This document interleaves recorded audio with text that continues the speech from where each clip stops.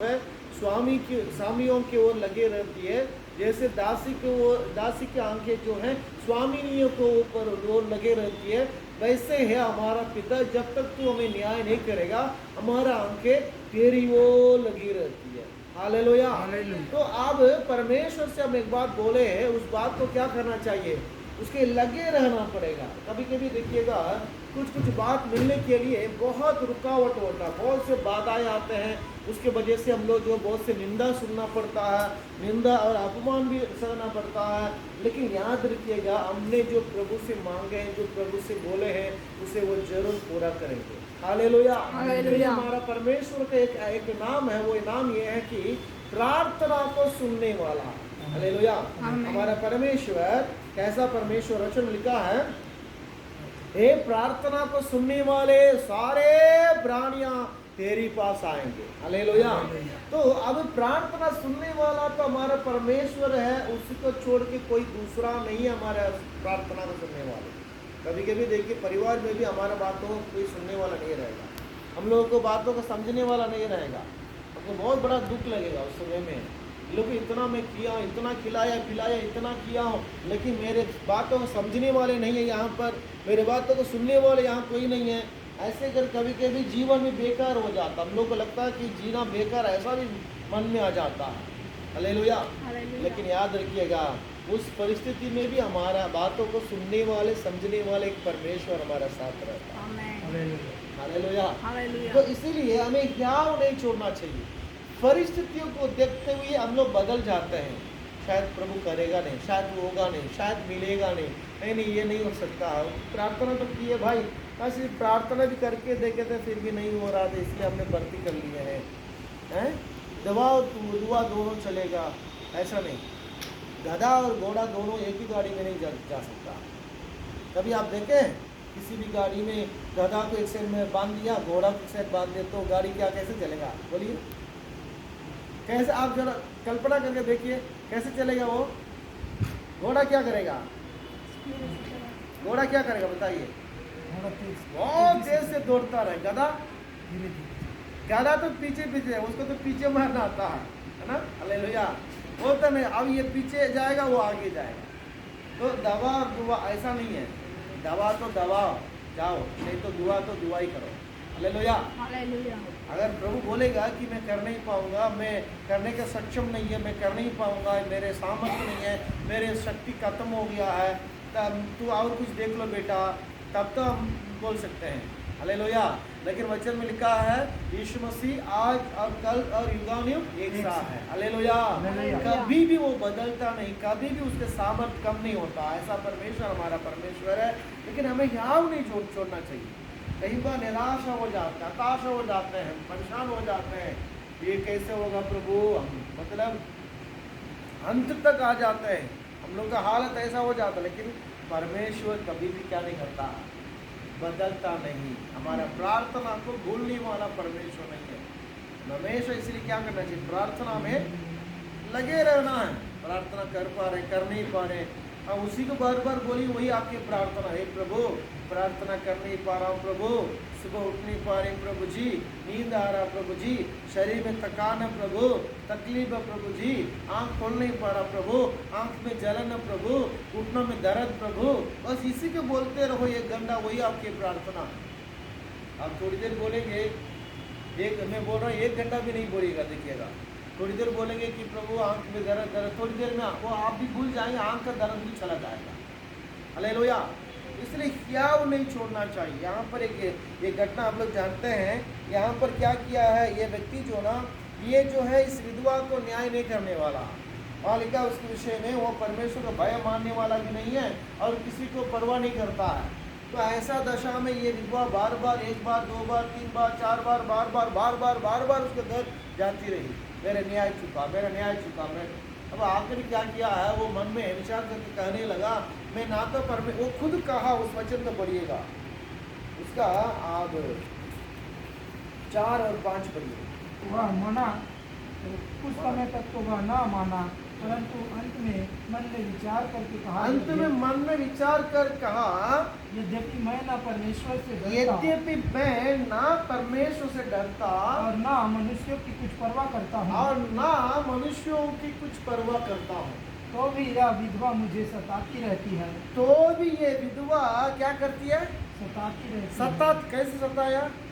हाथ में बहुत बार बड़ा बार एक डंडा लेके तो मेरा न्याय चुकाओ, नहीं तो मार दूंगा, पीट दूंगा, हाथ तोड़ दूंगा, ऐसा बोलिए विधवा। बार बार विनती हैं? करते हैं। विधवा का तो उसको तो बहुत कमजोर है ना। उसके लिए बोलने के लिए कोई नेता नहीं, कोई मंत्री नहीं, कोई भी नहीं है। वो अकेला है, वो अकेली वहां पर कैसे सताई? धीरज से वो सताई। हालेलुया। हालेलुया। लगातार आकर उसको सताया। वो एक पहला दिन क्या किया होगा? वो आदमी आके उससे बोला कि मेरा न्याय चुकाओ, कल आओ बोला होगा। वो सोचा कि शायद नहीं आएगी, फिर कल गई, अरे ये तो कल भी आ गई, फिर बोला होगा कि अगले सप्ताह आ जाओ, फिर ये अगले सप्ताह भी आ गई, फिर वो सोच रहा अरे 3-4 बार हो गया है, फिर अगले महीना हो, फिर अगले महीना भी आ गई, अब 5-6 बार 10 बार 20 बार हो गया। वो मन में सोच रहा अभी सोच रहा, पहले क्या सोचा था? ये नहीं आएगी, चलो सब लोग जैसे मैं धोखा दिया, इसको भी धोखा दूंगा, लेकिन इसको धोखा नहीं दे पाया, इसलिए कि ये जितना बार बार बोल रहा था, बार बार आ गई। सुबह उठ के वो कभी घूमने के लिए निकल रहा था, वो विधवा आ गई। अब सोच रहा था कहीं ऑफिस में जाना, निकल रहा था, वो विधवा आ गई। अब वो सोच रहा था कि सब्जी लेने के जाना, वो विधवा आ गई। फिर अब दोस्तों के साथ कहीं जाना है तो विधवा आ गई, कहीं बाहर जाना काम पे, विधवा आ गई। हर बार उसके द्वार पर आकर वो खड़ी रही। आखिर वो बहुत अपने आप को बहुत, क्योंकि अभी उसको जाके मार भी नहीं सकता है ना। क्या मार सकता? कमजोर लोगों को मार के क्या अपना ताकत दिखाएगा ना, वो तो कमजोर है ना। हालेलुया। तो उसने क्या किया? मन में सोचा मैं परमेश्वर का भी डरने वाला नहीं, किसी को मैंने परवाह नहीं करने वाला, तो भी ये विधवा मेरे पास बार आती है, इसीलिए मैं क्या करूंगा? इसका न्याय चुकाऊंगा। हालेलुया। यीशु मसीह ने एक सुंदर एक घटना बताया है लूका लिखे सुसमाचार में, प्रभु का धन्यवाद हो।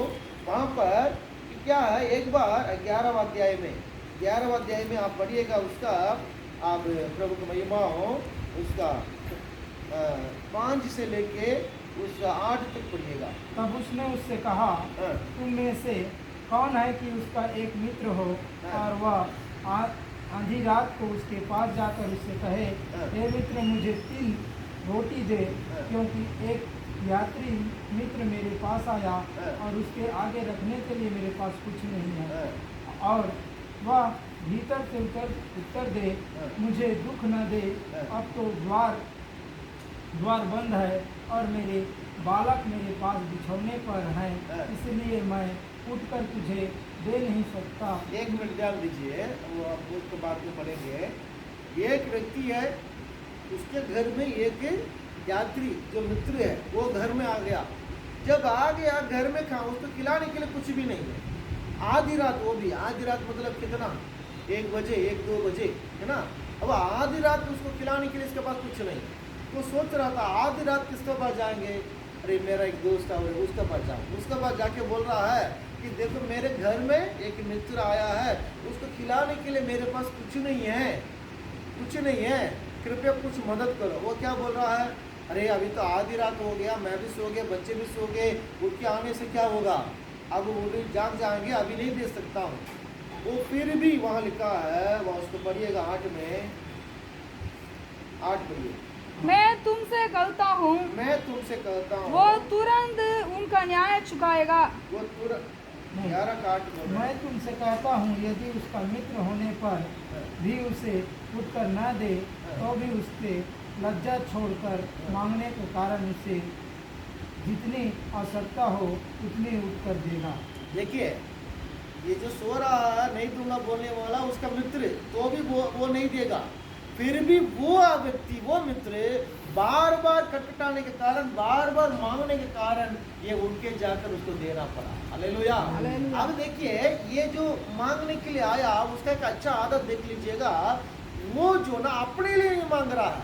अगर अपने लिए होगा तो क्या करेंगे, कोई बात नहीं खाएंगे, सुबह खा लिया, ऐसा होगा ना।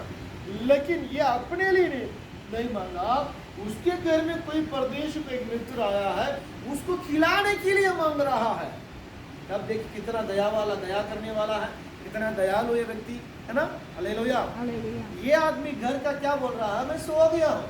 भाई अभी जरूरी क्या दोनों में, एक घर में आया है, वो भूखा है, उसको खिलाना है, वो जरूरी है।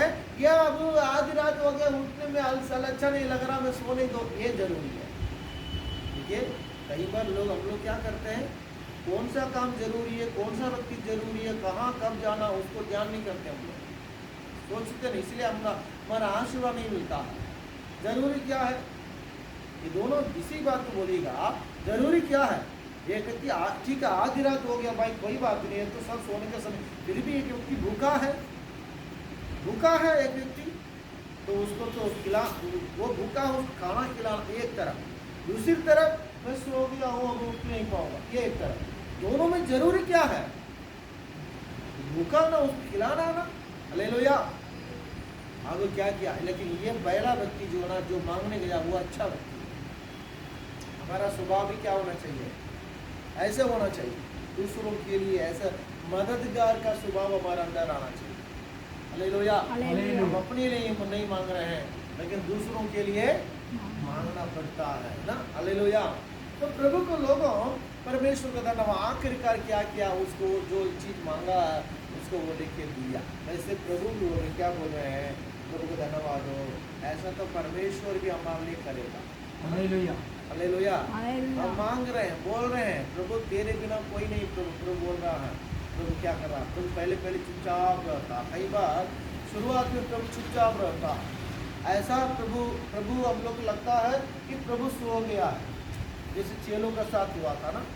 क्या हो गया, बाप रे, इतना बड़ा घटना, वहाँ समुद्र में यात्रा कर रहे हैं, आंधी आ गया, तूफान आ गया, पानी आकर वहाँ लिखा है कि उस नाव डूबने लगा।